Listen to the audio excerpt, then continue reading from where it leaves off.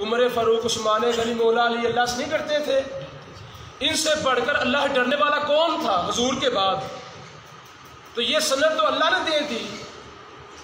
عمر فاروق آج بھی جنتی ہیں، 1400 سال پہلے بھی جنتی تھے۔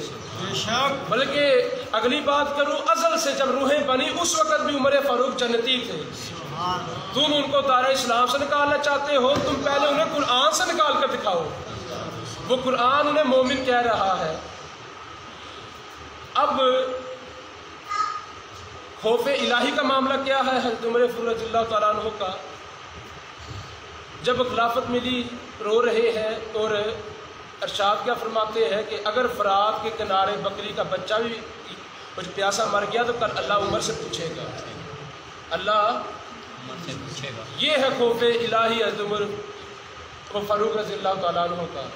تو جس شخص کا اتنا خوف الہی ہو تو وہ تو قرآن کی ان آیات کے تحت جنتی ہے۔ حضور کا ہر یار جنتی ہے۔ یہ ملا ملوانے آج اٹھ کر 15ویں صدی کے اندر اور صحابہ پر انگلیاں اٹھا رہے ہیں، جنتی جنتی ہر صحابی نبی، جنتی جنتی ہر صحابی نبی، جنتی جنتی صدیق اور عمر بھی، جنتی جنتی غنی اور علی بھی، جنتی جنتی یا ابو بکر و عمر، حضرت عثمان و علی، چار عناصر ہیں مسلمانی کے۔ پیر نصیر الدین شاہ صاحب فرماتے ہیں یہ چار عناصر ہیں مسلمانی کے، یہ آل رسول کا فتویٰ ہے۔ اور پھر حضرت عمر فاروق رضی اللہ عنہ کی شان کیا ہے؟ جب اسلام نہیں لائے اس وقت بھی تعلیم یافتہ، اور آپ اہل قریش کے سفیر تھے۔ جب اسلام نہیں لائے اس وقت پڑھی لکھی شخصیت کا نام عمر فاروق ہے۔ اور جناب طاقت کا معاملہ کیا ہے؟ عرب میں سب سے طاقتور پہلوان بھی آپ، اور آپ کی شان میں یہ بات ملتی ہے کہ آپ اکثر گھوڑا جب دوڑ رہا ہوتا تھا تو دوڑتے ہوئے گھوڑے پر سوار ہو جاتے تھے۔ لاؤ ایسی شخصیت، وہ ساکن گھوڑے پر، کھڑے گھوڑے پر تو ہر کوئی سوار ہوا لیکن چلتے پر صرف عمر سوار ہوا ہے۔ یہ تا قیامت آپ کو ایسا سوار مل سکتا ہے، یہ سوار نہیں مل سکتے، اور ان سواروں پر انگلیاں اٹھا رہے ہو۔ پھر جس رفتار سے سوار ہوئے ہیں اسی رفتار سے اسلام پھیلایا ہے۔ وہ صرف گھوڑے پر سوار نہیں ہوئے، پھر حضور کے ممبر پر بھی سوار ہوئے ہیں۔ پھر وہ معاملہ کیا ہے؟ آپ کے کشف کا معاملہ کیا ہے کہ بیٹھے ہیں صحابہ، جنگ لڑ رہے ہیں، آواز دیتے ہیں اور جمعے کا خطبہ دے رہے ہیں کہ اے ساریہ پہاڑ کی جانب دیکھ۔ سبحان اللہ۔ اب مجمع حیران ہے، ساریہ تو جنگ کے لیے گئے ہیں، یہ کس کو کہہ رہے ہیں؟ صحابہ کا لشکر واپس آیا، فرمایا اے عمر اگر آپ نہ کہتے تو ہم ہلاک ہو جاتے۔ اگر وہ ممبر رسول پر بیٹھا ہے تو پھر بھی اس کی پرواز کو دیکھو، کہاں پہ جنگ کا میدان ہے، کہاں مدینہ ہے، وہ یہاں بیٹھ کر منظر دیکھ رہا ہے، اس عمر فاروق کہتے ہیں۔ سبحان اللہ۔ یہ انگلیاں اٹھاتے ہیں۔ میرے مرشد پاک فرماتے ہیں جب بھی اسلام پر کڑا وقت آیا، دیکھو آل رسول نے، اہل بیت اطہار کے افراد نے تو اسلام بچانا ہی ہے نا، کیونکہ وہ تو ان کے اپنے گھر کا دین ہے۔ جو انسان جس چیز کا وارث ہوتا ہے اسی کے لیے محنت کرتا ہے، جو انسان جس کا وارث ہوتا ہے اسی کے لیے محنت کرتا ہے۔ حسین پاک نے قربانی دی ہے کیونکہ آپ دین کے وارث ہیں۔ لیکن میں مقابلہ بازی نہیں کر رہا، میں آپ کو یہ بات عمومی طور پہ کہہ رہا ہوں، اہل بیت اطہار کو سائڈ پر کر کے کہہ رہا ہوں کہ جب بھی دین پر کڑا وقت آیا ہے تو عمر کی آل کام آئی ہے۔ یہ بات ایسے نہیں کہہ رہا۔ پہلے 1000 سال کے مجدد حضرت عمر بن عبدالعزیز رضی اللہ تعالیٰ عنہ، 1000 سال کا جو مجدد، پہلے 1000 سال کا مجدد رہا ہے وہ عمر فاروق کا بیٹا رہا ہے، آل کا شہزادہ رہا ہے۔ عمر فاروق کا بیٹا عمر بن عبدالعزیز رضی اللہ تعالیٰ عنہ، آپ کو عمر ثانی بھی کہا جاتا تھا۔ اور پھر دوسرے 1000 سال کے اندر کون آیا ہے؟ حضور مجدد الفسانی رضی اللہ تعالیٰ عنہ، یہ بھی حضرت عمر فاروق کے بیٹے ہیں، آل کے شہزادے ہیں۔ پھر جب دین پہ کڑا وقت آیا اور فقر کو پھیلانے کی بات آئی تو بابا فرید بھی فاروقی ہے۔ تو یار دین تو سارا پھیلا رہے ہیں فاروقی، اور تم انگلیاں اٹھاتے ہو. آج تم جن مساجد میں بیٹھے ہو یہ صدقہ ہے عمر فاروق کا. آپ پوچھیں گے وہ کیسے؟ میرے عمر فاروق رضی اللہ تعالیٰ عنہ نے 900 جامع مساجد تعمیر کی. 900 جامع مساجد. اور جامع مسجد کی تعریف یہ ہے کہ اس میں ایک وقت میں 500 افراد کم از کم کھڑے ہو جائیں. میرے عمر نے تو مساجد تعمیر کی ہے. اور پھر میرے عمر پاک نے 4000 چھوٹی مساجد تعمیر فرمائی. 3600 علاقے فتح کیے اسلام کی سربلندی کے لیے, حضور کے دین کی تبلیغ کے لیے. 22 لاکھ مربع میل پہ حکومت کرنے والی ہستی کو عمر فاروق کہتے ہیں. یہ بات کرتے ہیں عمر فاروق کی شان کیا ہے جسے حضور فرما دے جنتی. پھر کس کی اوقات کہ وہ آپ کی اوپر انگلی اٹھا سکے؟ یہ کہتے ہیں سیدہ پاک کو لات ماری ہے, نعوذ باللہ معاذ اللہ.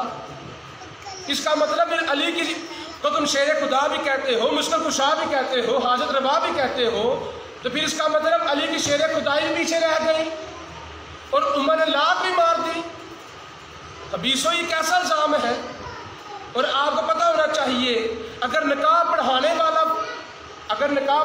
والا مومن نہ ہو, نکاح پڑھانے والا مومن نہ ہو, پکا مسلمان نہ ہو تو نکاح فاسد ہوتا ہے.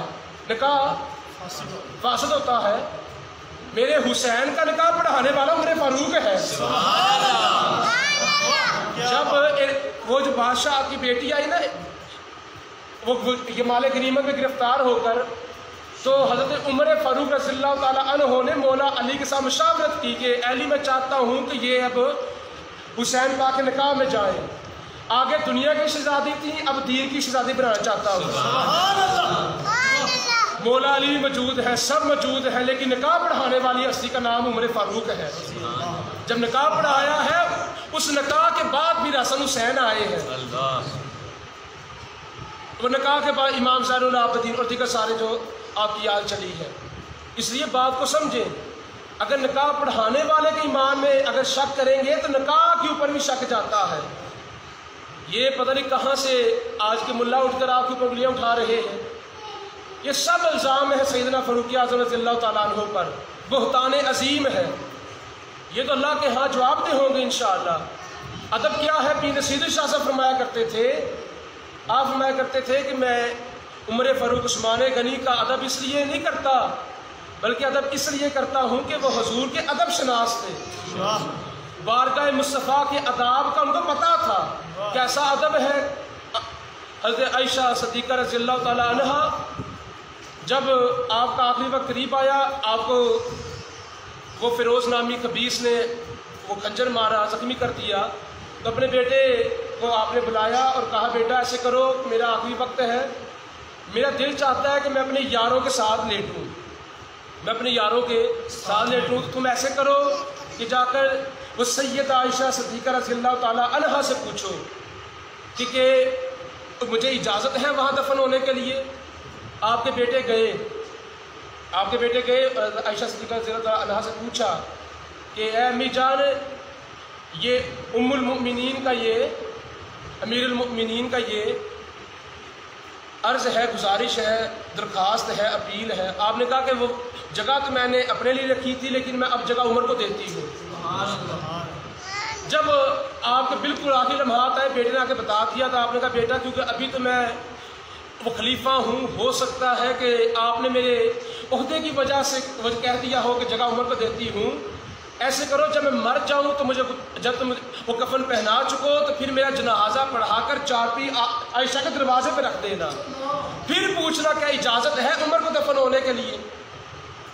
پھر طریق کہتی ہے, روایات کہتی ہے کہ آپ کا جنازہ پڑھا کر چارپی رکھی گئی ہے سیدہ عائشہ کے دہلیز پر. آپ نے فرمایا میں تو پہلے ہی کہہ چکی تھی کہ جگہ میں نے عمر کو دی, اب بھی جگہ عمر کے لیے ہے. میرے حضور نے فرمایا کہ اللہ رب العزت نے جو میرا خمیر تیار کیا, اس خمیر میں سے جو مٹی جو حصہ بچ گیا, اس حصے سے پھر میرے صدیق کا خمیر تیار ہوا, اور پھر اس میں سے جو خمیر بچ گیا اس خمیر میں سے عمر فاروق کا خمیر تیار ہوا. اور پھر میرے حضور مجدد پاک نے فرمایا کہ جو عمر فاروق کا خمیر بچ گیا اس خمیر میں سے احمد سرہندی کا خمیر تیار ہوا۔ یہ باتیں دور کی باتیں ہیں۔ اور حضرت ابو البیاں رحمۃ اللہ تعالیٰ علیہ کے حوالے سے چند باتیں کرتا چلوں۔ ایک دعویٰ ہوتا ہے تنہائی میں، اور ایک دعویٰ ہوتا ہے وہ مجمع کے اندر، میدان کے اندر، جلسے کے اندر۔ آپ ایک جگہ امام حسین کی جہاں یاد میں کانفرنس ہو رہی تھی، وہاں پر کھڑے ہو کر آپ نے ایک بات ارشاد فرمائی۔ آپ نے کہا تم بھی علی کی محبت کا دم بھرتے ہو، ہم بھی علی کی محبت کا دم بھرتے ہیں۔ تم بھی مولا علی کو یاد کرو مشکل کشا سمجھ کر، حاجت روا سمجھ کر۔ ہم بھی علی کو یاد کرتے ہیں مشکل کشا سمجھ کر، حاجت روا سمجھ کر۔ تم بھی اسٹیج لگاؤ علی کی یاد میں، ہم بھی اسٹیج لگاتے ہیں علی کی یاد میں۔ پھر جس کے اسٹیج پر علی کی سواری آ جائے وہ سچا۔ یہ مجمع کے اندر دعویٰ کیا۔ جب آپ واپس آ گئے آستانے کے اندر تو میرے مرشد پاک نے وہ آپ سے عرض کی کہ حضور اتنا بڑا دعویٰ مجمع کے اندر کر آئے ہیں۔ آپ نے فرمایا بیٹا مجھے قسم ہے مولا علی کی ولایت کی، پہلے علی سے پوچھا ہے پھر دعویٰ کیا ہے۔ سبحان اللہ، یہ دعویٰ نہیں ہو اللہ اکبر، یا رسول اللہ، یا رسول اللہ، یا علی، یا علی، زندہ آباد، زندہ آباد، زندہ آباد، زندہ آباد، زندہ آباد، یا علی، حق جاریہ، یا علی، یا حسین، زندہ آباد، زندہ آباد۔ عمر فاروق صرف عمر فاروق نہیں، حضور کے سسر بھی ہیں۔ حضور کے حیا کرنی چاہیے امت کو۔ عمر صرف صحابی ہی نہیں، سسر بھی ہے۔ اور پھر کیسے صحابی ہیں؟ 8ویں پشت کے اندر حضور سے آپ کا سلسلہ نسب ملتا ہے۔ 8ویں پشت کے اندر حضور کے ساتھ سلسلہ نسب ملتا ہے۔ اور جب میرے عمر اسلام قبول کیا تو میرے حضور نے جب دیکھا کہ عمر آ گئے ہیں تو جب کلمہ پڑھ لیا تو میرے حضور نے خوش ہو کر نعرہ تکبیر بلند کیا۔ دار ارقم کی وادی تھی جہاں میرے حضور آرام فرما تھے۔ عمر فاروق تشریف لائے، اسلام قبول کیا۔ حضور نے جوش میں آ کر، موج میں آ کر نعرہ تکبیر بلند کیا۔ صحابہ نے کہا اللہ اکبر۔ یہ جو نعرہ تکبیر کی ریت ہے یہ عمر کے آنے سے پڑی ہے۔ اللہ اکبر، اللہ اکبر، اللہ اکبر، یا علی۔ اور نعرہ رسالت کی لوگ پوچھتے ہیں کہاں سے آیا؟ جب نعرہ تکبیر تو حضور نے لگایا تو نعرہ رسالت کس نے لگایا؟ جب میرے حضور وصال فرما گئے، جیسے اسامہ کے لیے حضرت ابوبکر صدیق نے لشکر اسامہ کو بھیجا مسیلمہ کذاب کو واسطے جہنم کرنے کے لیے، تو اس جیش کا نعرہ ہی صرف نعرہ رسالت تھا۔ تو اس لیے یہ امت کو تم تفرقے میں نہ ڈالو۔ نعرہ تکبیر حضور کی سنت، نعرہ رسالت صحابہ کی سنت۔ سبحان اللہ، یا رسول اللہ، یا رسول اللہ۔ اور نعرہ حیدری کس کی سنت ہے؟ بابا فرید کی سنت ہے، داتا علی حجویری کی سنت ہے، حضور مجدد الثانی کی سنت ہے۔ یا علی، یا علی، یا علی، یا علی۔ اور میں مولا علی کی بات کروں، یہ سمجھیں کہ پتہ نہیں علی نے تو عمر کے بارے میں تعریف ہی نہیں کی، یہ تو صرف میں نے نہیں کی۔ اب علی پاک کی بات سنو، جب آپ کا وصال ہو گیا، کفن آپ کا دفن ہو گیا، جنازہ ہو گیا، تو آپ فرماتے ہیں کہ حضور کے بعد جو مجھے سب سے زیادہ پسند شخصیت تھی وہ صدیق اکبر تھے، اور صدیق کے بعد جو مجھے سب سے زیادہ پسندیدہ شخصیت تھی وہ عمر فاروق تھے جو آج کفن میں لیٹے ہیں۔ علی کی پسندیدہ شخصیت کا نام عمر فاروق ہے۔ اب عمر سے جنگ، علی سے جنگ، عمر سے بغض، علی سے بغض، عمر سے اناد، علی سے اناد۔ جو علی والے ہیں وہ عمر والے ہیں، جو عمر والے ہیں وہ علی والے ہیں۔ یہ تفرقے بازی ہم نے نہیں کرنی۔